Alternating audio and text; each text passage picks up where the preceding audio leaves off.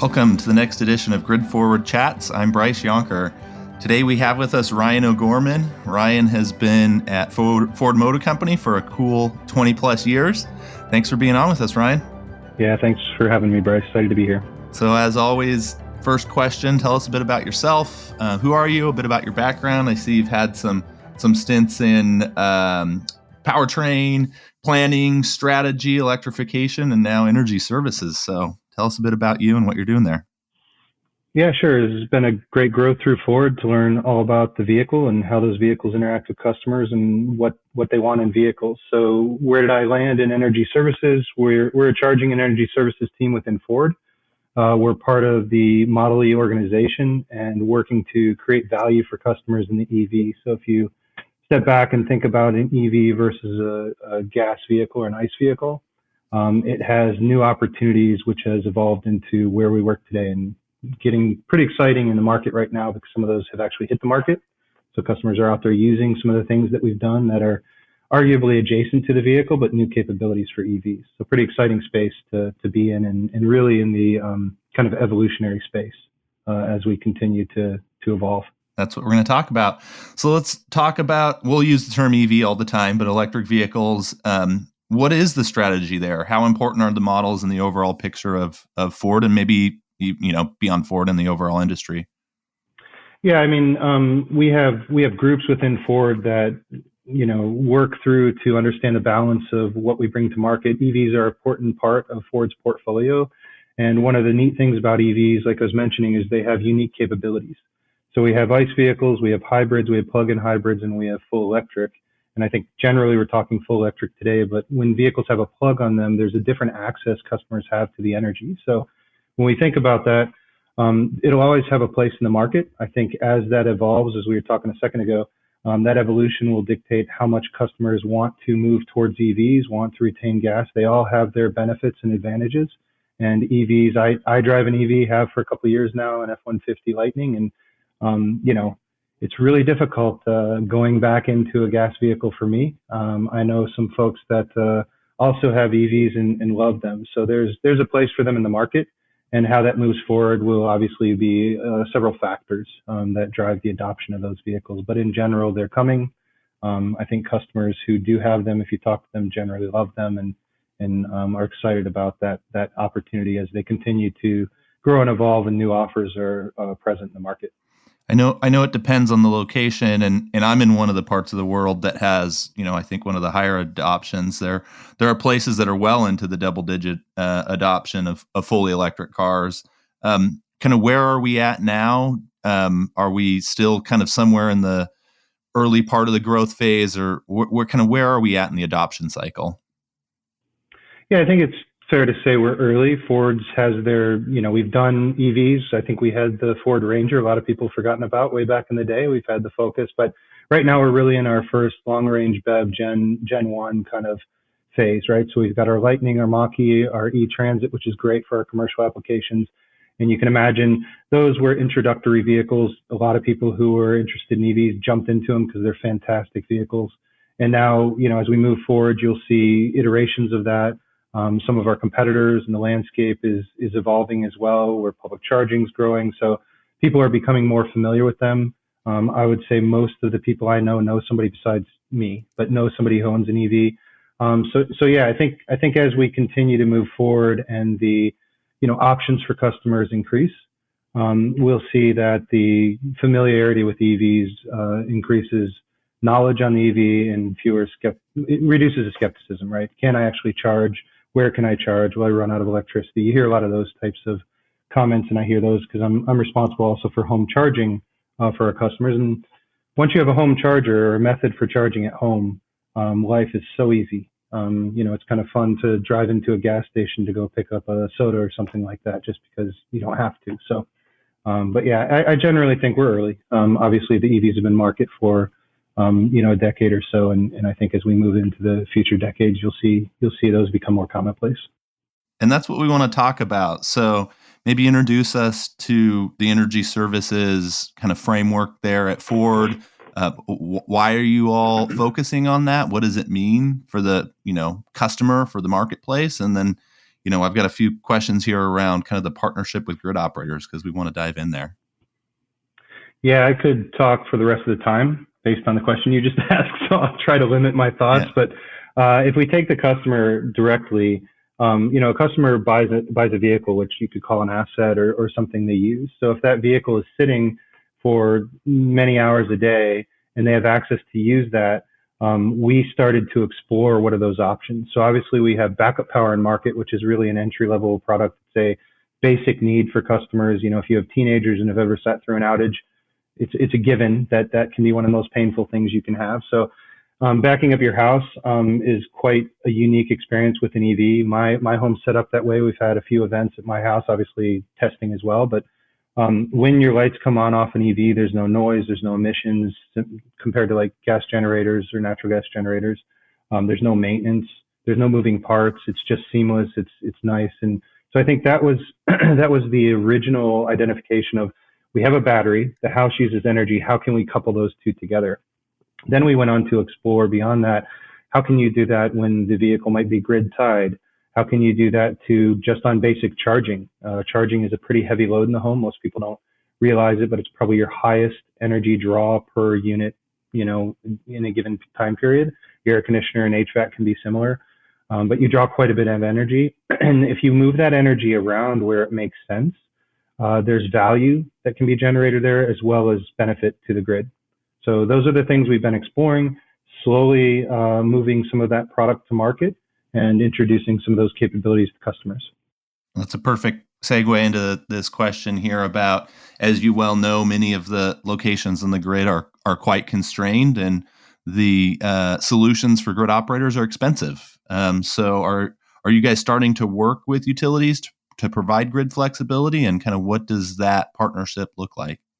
Yeah, so we've announced ChargeScape, which maybe you're familiar with. It's a platform that solves the many-to-many issues. So if I'm an electric utility and I want to integrate with vehicles to do something in the way of communications or in the way of value proposition, I would have to integrate with each one of the automotive makers to be successful.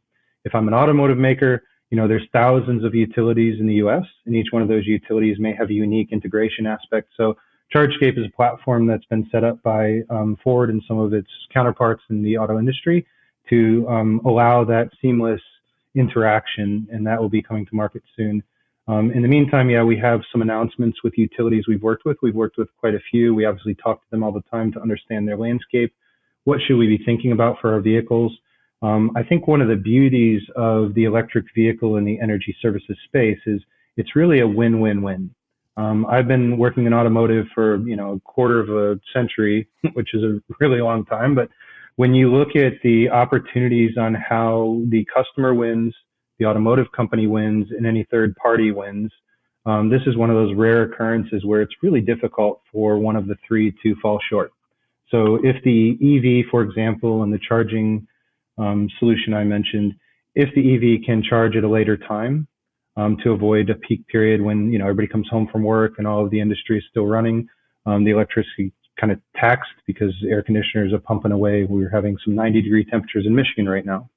And when you see that happen, if a vehicle, given it only used 50 miles that day, is going to charge, it can charge overnight when you might have wind as a renewable or excess energy from the grid. And the customer saves in the way of cost.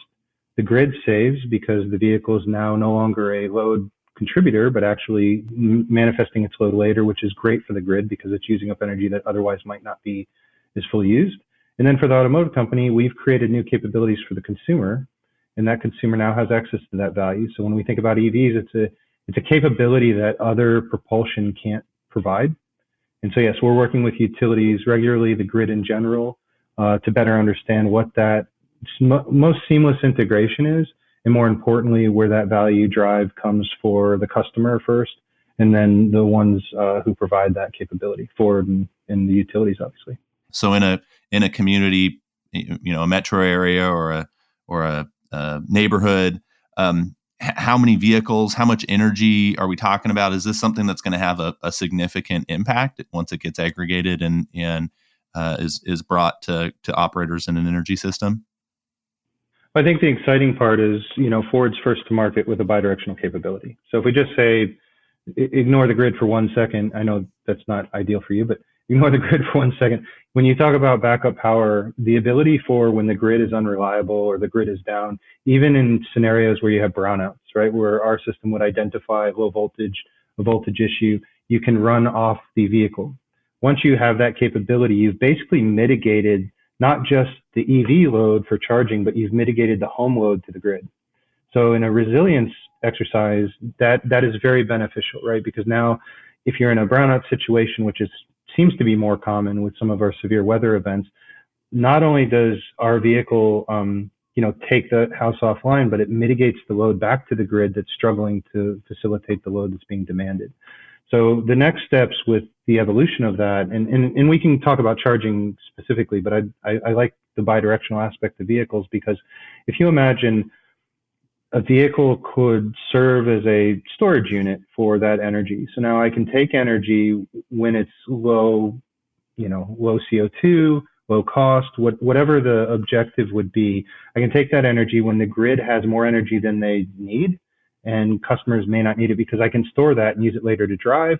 But more importantly, with a V2X or a bidirectional vehicle, I have the ability then to put that energy back into my home and take my home offline. So imagine homes disappear. So when you talk about a neighborhood, I've got a vehicle that can, provide up to 10 kilowatts. In a house, we use, depending on where you're in the country, somewhere between 1.5 and 3 kilowatts on average. You have your peaks and troughs as air conditioners kick in and out, but let's just say 3 kilowatts. Technically, that vehicle has enough energy for 3 homes, right? So if I can then export to the grid, which is a future capability I expect EVs to adopt, if I can export back to the grid, meaning put that power back onto the grid, then all of a sudden that EV becomes almost like a savior, right? Because now that EV is providing energy back that mitigates the load from not just my home, but multiple homes. And then the grid could see a benefit to that, meaning the demand goes down. So a very kind of unique opportunity with these EVs that distributed through neighborhoods and garages can serve a very, instrumental purpose in mitigating challenges that not just the grid will see, but customers as well, right? With high pricing and things like that they see as time of use rates, which is a relatively simple concept, but a lot of people foreign to it unless you live in the West Coast or a state that's adopted that standard. Michigan's one of those that has made it standard, but it's still probably not in common language with customers. Yeah, absolutely. I was going to make sure I have this question. I called it the easy button. What are the easy solutions for integrating EVs on the grid? And I was hoping we were going to talk about time of use, because some of them are quite complex. Is there any other aspects to this area of EV integration and flexibility that you really haven't covered that you think we really should in the near term be looking at?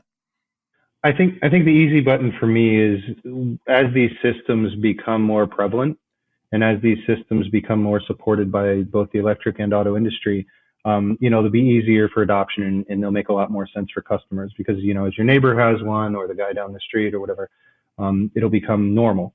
I don't know what the time frame is for that normalcy to exist, but as they become normal, the easy button is built in. So the easy button is plug your vehicle in and forget about it. So, if I come home from work and I plug my vehicle in and my vehicle is coordinated with energy services of some kind, the vehicle will know when to charge, when to put power back, transfer power back into the house, when it makes sense to transfer power back into the grid. A lot of that is, communications as well as signals. So time of use would be one of those signals.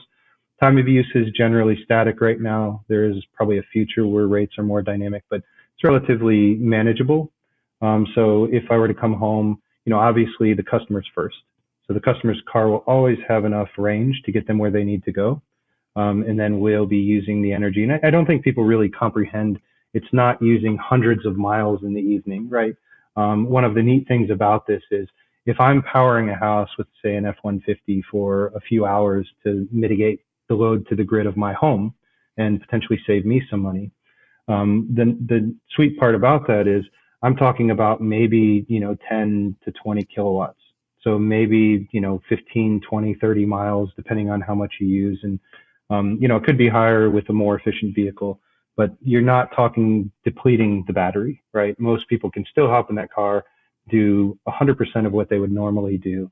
But the nice part is all those EVs, as EVs proliferate in the market and get to some sort of sustainable, plateau of adoption, these capabilities I think will be inherent to the value of an EV. So generally, yeah, it's an interesting time because it's pretty early, but the opportunities for customers they're brand new. They haven't had something like this before in general that they buy inherently with their vehicle, right?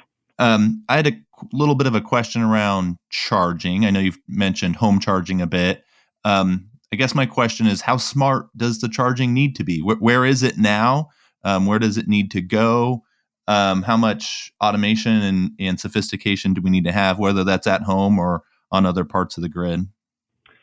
Yeah, I expect a lot of there's a handful of ways to solve what you're asking.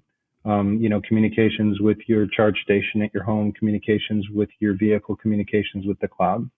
I think cloud communications are a natural way to solve this problem because then each OEM has their own methods by which they will manage their product. I think it's important that the OEM maintain the customer relationship because we are the experts in vehicles and understand how those customers can use them. And I think as we move forward, the vehicle will be the brain. So, and the opportunity there is for all kinds of things, not just kind of energy services, but the interactions of a customer with the vehicle will be part of that customer experience. So, relatively easy way to do it. The vehicles are pretty sophisticated today and generally constantly connected. So again, when you talk about an easy button, the easiest button and most disruptive button as well is probably the vehicle for the customer.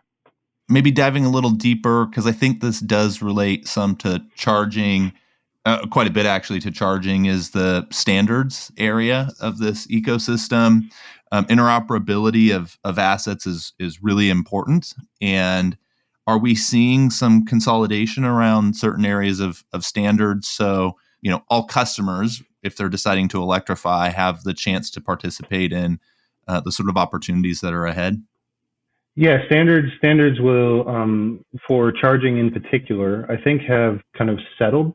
They're pretty stable. Obviously, Ford's made a brilliant move by adopting the NACS standard as well. That gives them more access to chargers in market. So as we move forward, when we talk about standards as far as communications for charging or even bidirectional power discharging the vehicle. Those standards, I think, for charging are relatively settled, and I think we do a pretty good job at Ford of executing those. Our vehicles are pretty reliable. I've used my vehicle, like I said, across the country several times and have not had any major issues. There are interoperability issues sometimes, and sometimes it's one-off with a charger that's not working or something like that. When it comes to the bidirectional flow of the vehicle, I think we're relatively early. I think inevitably, similar to charging, we'll see an evolution of standards that make sense. I think drawing a line in the sand today on any particular standard might be premature. I think having multiple standards in market makes sense. Interoperability could be managed. Many standards can be operated on a particular vehicle. But right now, I think as we move forward with the early adoption of kind of bidirectional vehicles, we'll see how that works, how customers are using them, ways in which they benefit from that use, and then standards will probably naturally coalesce to what makes the most sense. Costly distribution upgrades, frequent extreme weather events, demand surging from an onslaught of distributed energy resources adoption. Do these challenges sound familiar? If so, you need Virtual Peaker's cloud-based distributed energy platform. We're empowering modern utilities with next-generation virtual power plant solutions to maximize the value of DERs. The Virtual Peaker platform unifies all aspects of DER management, from DERMS to customer engagement and demand forecasting. Learn more at virtual-peaker.com.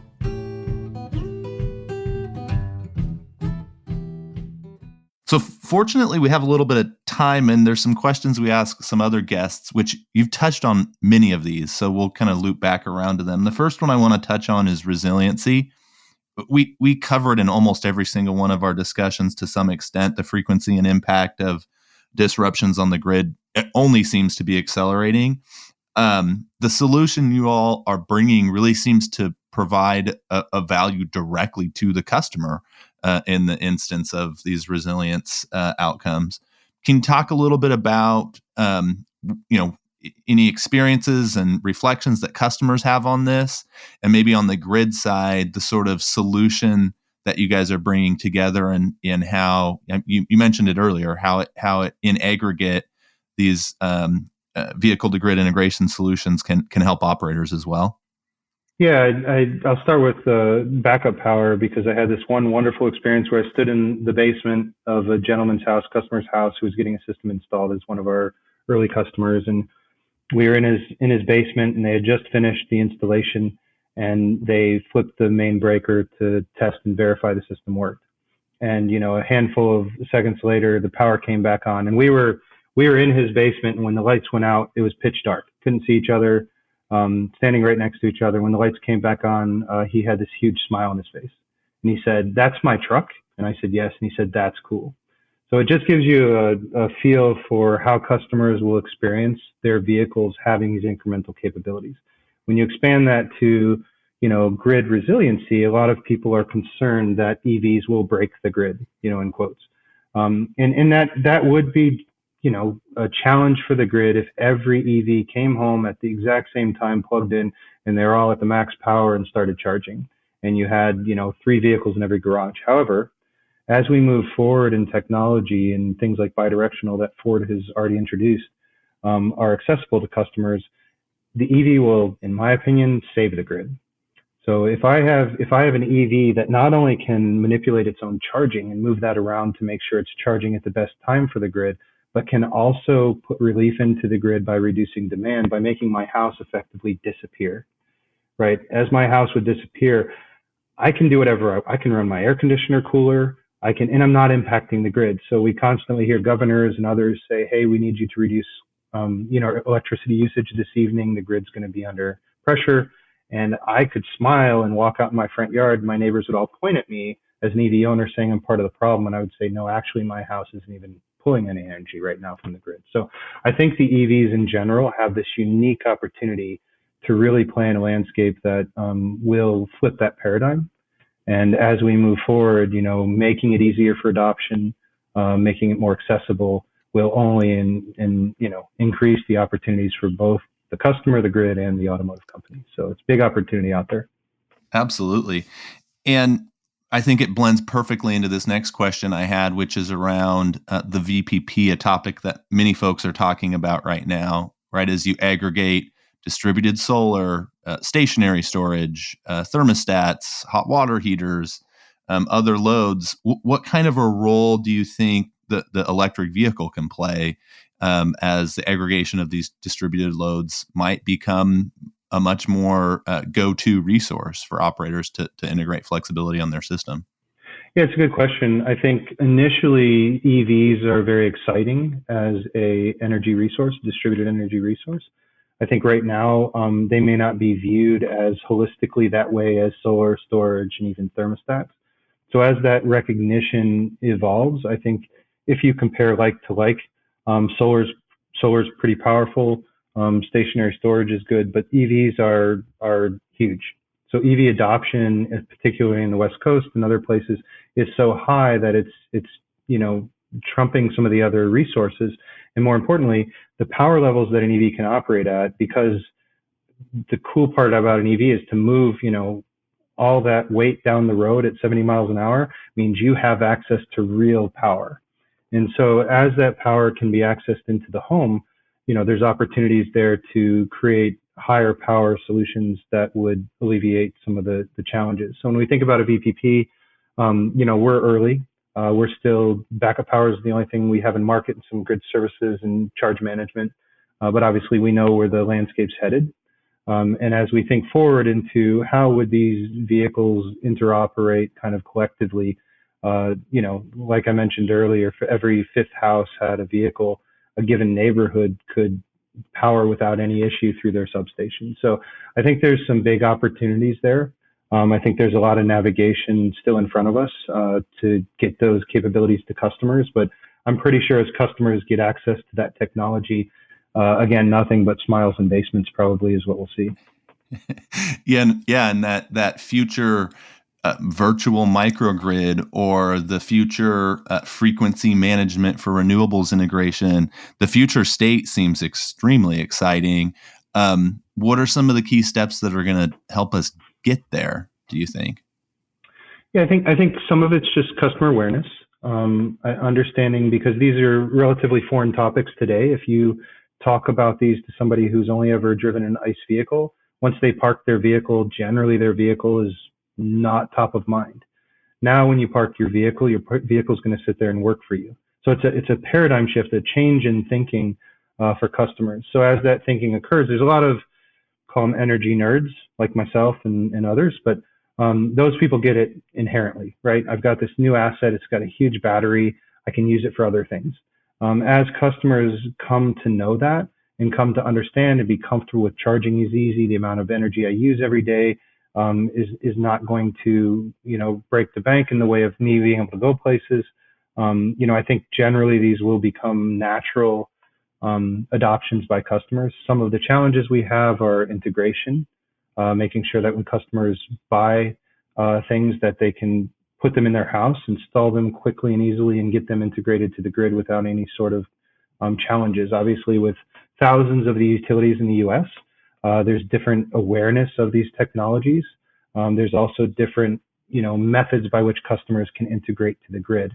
And so that's one of the challenges we're going to be navigating moving forward. Hopefully, the auto industry and the electric industry recognize the amazing value that this will provide customers and streamline that for them. I know there's initiatives and efforts in market to start moving down that path, but in one area it might take an inspection and an interconnection permit and application. In another, you might just file to operate. So very different landscape, and for customers that navigation is going to be challenging. So we need to make sure that all of that works to the customer's advantage, and then we all get to benefit from them seeing the light.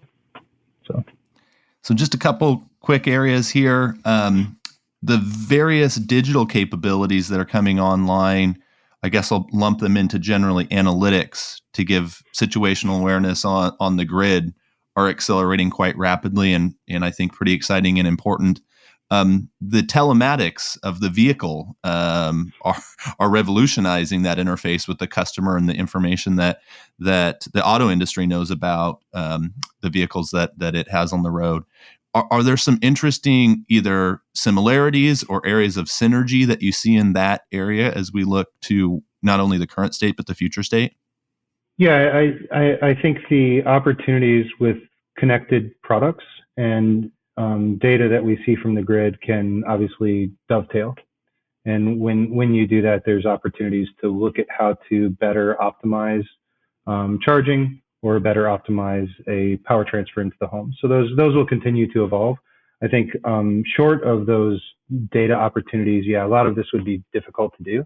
But with those data opportunities today, there's a lot of opportunity, and it all benefits the customer. So when the customer has an option to charge or discharge in their home, Ford will be, I think one sweet spot where the automotives will be beneficial to the customer is we'll be able to look at that landscape the customer's operating in, so they don't have to become an electric expert, right? They don't have to understand what a rate plan is. They don't understand, how much energy is in my vehicle and do I need, and how much is it actually going to use.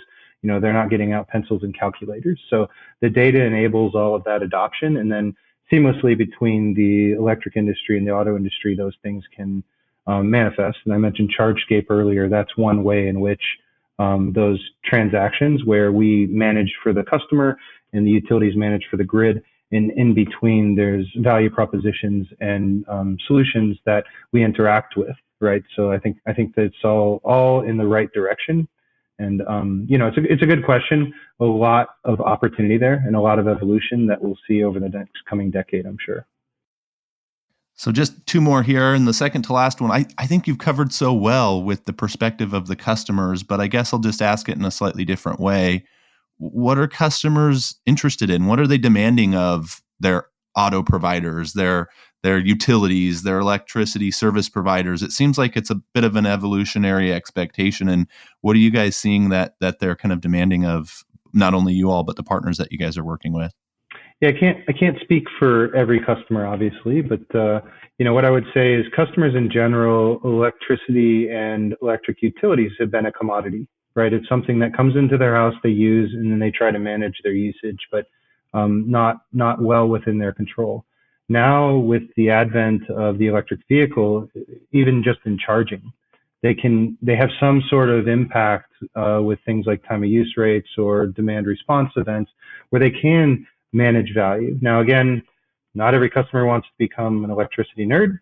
So I would expect that Ford providing those capabilities to customers where it's an easy button will start to grow and make a lot of sense to customers. As we move into the bidirectional aspect of vehicles, that's just going to expand. So I think when we think about the customer, as they understand that this vehicle that moves them down the road and gets them from point A to point B while it's parked in their driveway can now do more.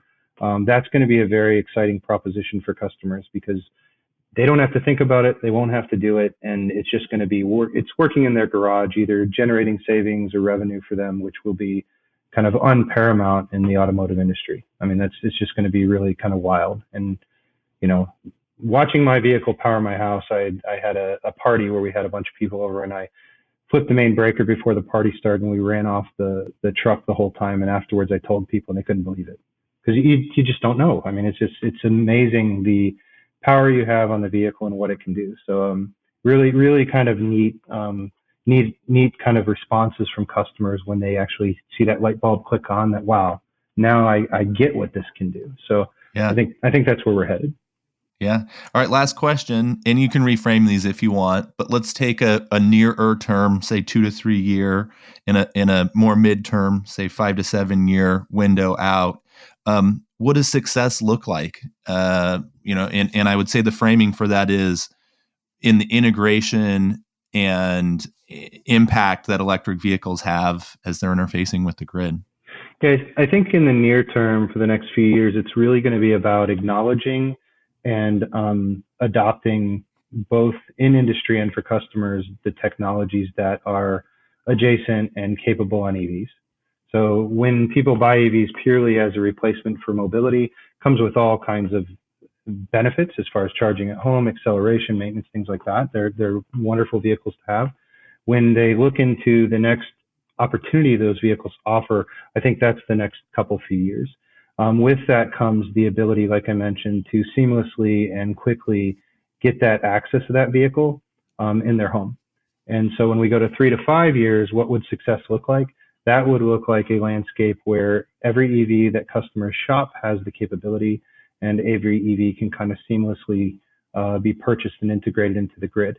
And I think if you reach that level of kind of, it's probably more 5 to 10, but in the 3 to 5, I can see that scale tipping in the direction of normalcy for EVs being more than mobility for customers. And as we move that way, as long as we don't do anything to put barriers in the way for customers to access that value, to access those capabilities, I see it evolving where it becomes normal because you'll be getting into your second and third EV owners at a more regular basis, and they'll have gotten over the concerns about range, the concerns about how do I charge at home and things like that, and they'll be looking for those next up opportunities, and it'll be natural for them to want to move in that direction. And I think as we move forward, again, once your neighbors are doing it, why not, right? So I think we'll see adoption increase as we get closer to 5 years out from now and towards the end of this decade. I think it'll be very black and white in 5 to 10 years, I think, from where we are today. But in 5 years from now, it'll be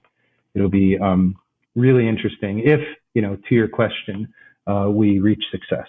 So Ford's doing everything they can. We brought the capability to market first. We've been in market for a couple of years now, and we've learned a ton. We're doing some amazing things behind the scenes, and it's going to be really fun to watch customers continue to access our vehicles in new ways. Well, Ryan, thank you for being on. What a fascinating and exciting conversation. We're excited to see where it heads, and we'll have you on soon to update us on how it's all happened. Yeah, thanks, Bryce. This is always good to kind of get some awareness out there. Ford's doing some really cool things. Our EVs, if you haven't been in them, I would suggest that they're awesome vehicles. I've been driving an F-150 Lightning for a while now, and it's tough to get me out of the F-150 into our other vehicles, but every once in a while the kids steal it, so I have to take the alternative transportation. But yeah, it's an exciting space to be working in. Thanks for giving us an opportunity to talk about it, and look forward to any future conversation we have. You bet. Take care. You too. Thanks again to our season sponsor, Virtual Peaker. If you enjoy Grid Forward Chats, please follow us on your favorite podcast platform, give us a like or a review, and tell your colleagues. You can listen to all episodes and learn more about our efforts to advance the grid at gridforward.org.